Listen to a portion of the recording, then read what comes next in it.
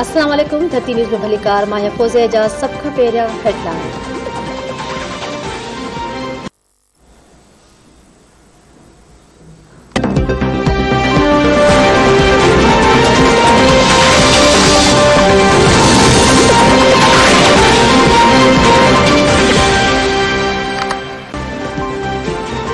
बिलावल भुट्टो ज़रदारी चयो आहे त आमराणियुनि कुवत में संदुन कारिंदनि कायदे आज़म जे नज़रिए खे पामाल कयो।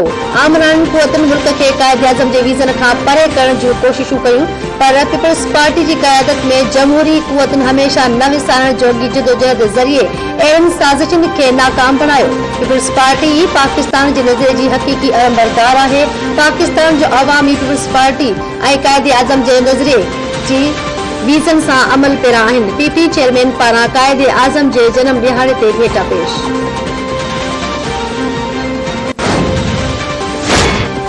वफ़ाक़ी घरू वज़ीर शेख रशीद चयो आहे त हिंदुस्तान भारत ऐं मुसलमाननि जी क़त्ल जो मंसूबो जोड़े रहियो आहे। पाकिस्तान में हुकूमत अक़लियतुनि खे तहफ़ुज़ ॾींदी आहे। पाकिस्तान रहंदी दुनिया ताईं क़ाइमु रहंदो। पाकिस्तान खां रुॻो अक़ुल जो अंधो इनकार करे सघे थो। शेख रशीद क़ाइद जे मज़ार ते हाज़िरी भरे फातिहा ख़्वानी पढ़ी।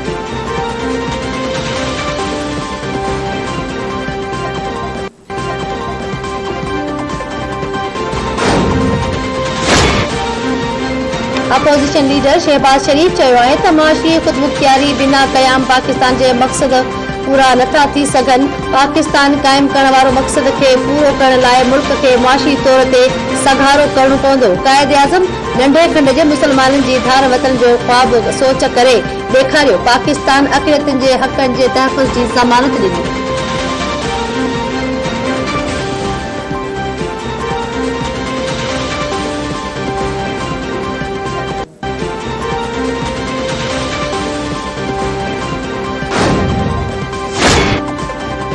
नवाज शरीफ जे बेदखल थी वापस अचण खे सियासी फ़ैसिलो बणाए पेश कयो पियो वञे। बर्तानिया में नवाज शरीफ जी वीज़ा में वाध रद्द थी चुकी आहे। हिन वक़्त अपील में आहे। नवाज शरीफ खे ॼाण आहे त वीज़ा रद्द करे बेदखल कयो वेंदो। वज़ीर आज़म जो सलाहकार शहबाज गिल जेकी माण्हू वतन वापसी लाइ डीलनि जो इंतज़ार कनि, इहे सियासत में बोनाई रहंदा। नून लीग वारा बूट पालिश जो सामान खणी बीठल आहिनि, पर को जूतो अॻियां न पियो करे। वफ़ाक़ी वज़ीर फवाद चौधरी।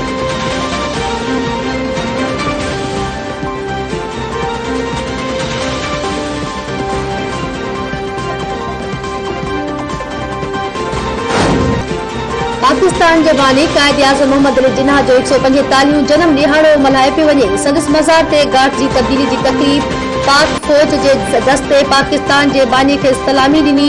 तक़रीब जे ख़ासि महिमान PME जे कमांडेंट मेजर जनरल उमर असद बुखारी परेड जो मुआइनो कयो। पाकिस्तान मिलिट्री अकेडमी काकोल जे कैडेट्स मज़ार क़ाइद जी सिक्योरिटी जूं ज़िम्मेवारियूं संभाले वरितियूं।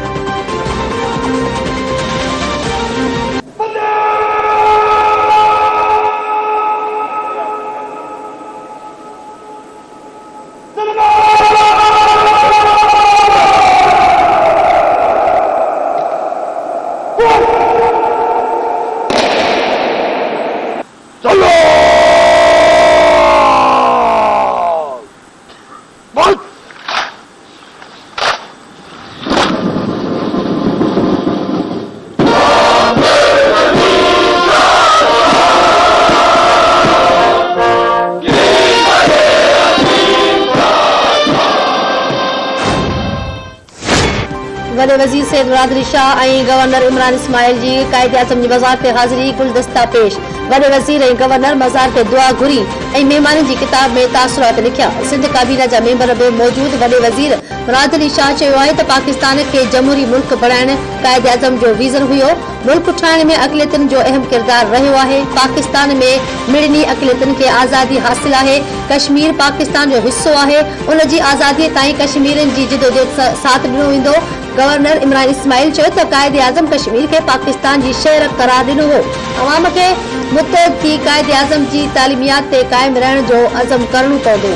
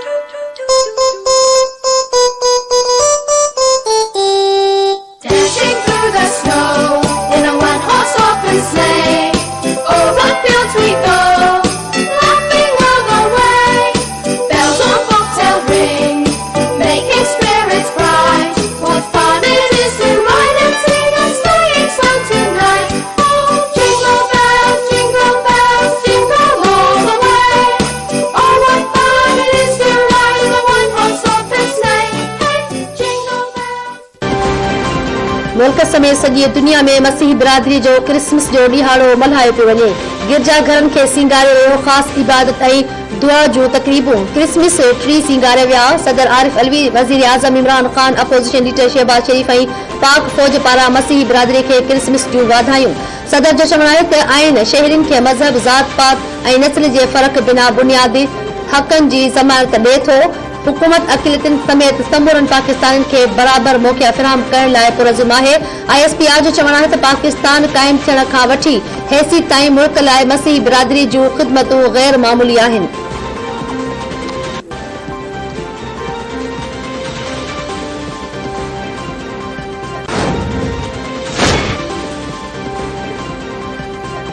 मुल्क में महांगाई अञा वधी वई। हिकु हफ़्ते दौरान LPG, काठियूं, खंड, दालियूं, टमाटा, बेज़ा, गोश्त, खीर ऐं ॾही समेत ज़रूरत जी 3 शयुनि में वाधि। शुमारियत खाते मूजिबि LPG जे घरेलू सिलेंडर जी क़ीमत में 118 रुपया वाधि थी। 5 शयुनि जे अघ में लाथ आई। 23 शयुनि जूं क़ीमतूं बरक़रार।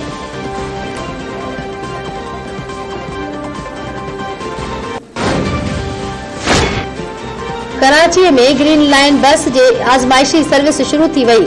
सरजानी टाउन खां निमाइश चौरंगीअ ताईं बस सर्विस हलंदी। 15 ॾींहनि जी आज़माइश तौर 80 मां 25 बसूं 4 कलाकनि लाइ हलायूं पियूं वञनि। तर्जुमान मूजिबि 10 जनवरी खां ग्रीन बस ऑपरेशन मुकमल तौर फ़ाल कयो वेंदो।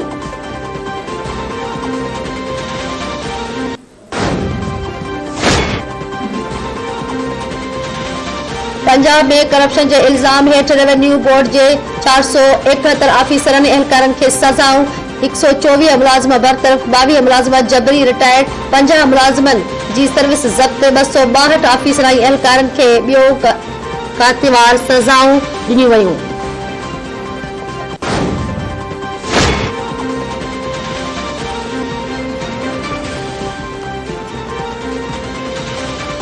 शेखुपुरा में घरेलू हालत दुरुस्त करण लाइ नौकरीअ जी ख़्वाहिश कंदड़ 2 भेनरुनि खे भाउ गैरत जे नाले ते घुटा ॾेई क़त्ल करे छॾियो। वाक़े बाद फरार।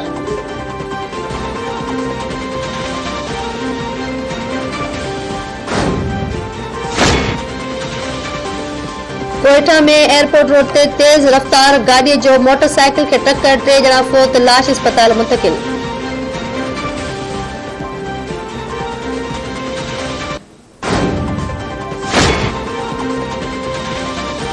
ऐं कच्छ जे शहर हीरो खान में चोर रिलियूं विकिणी पेट गुज़र कंदड़ पुरोहित औरत जे घर मां अल्लाह तला ॿुहारे विया। मुतासिर औरत ज़ेबुल थहीम शहर जे चौक ते ओछंगारूं ॾींदे चोरनि खे पिटूं पाराता ॾींदी रही।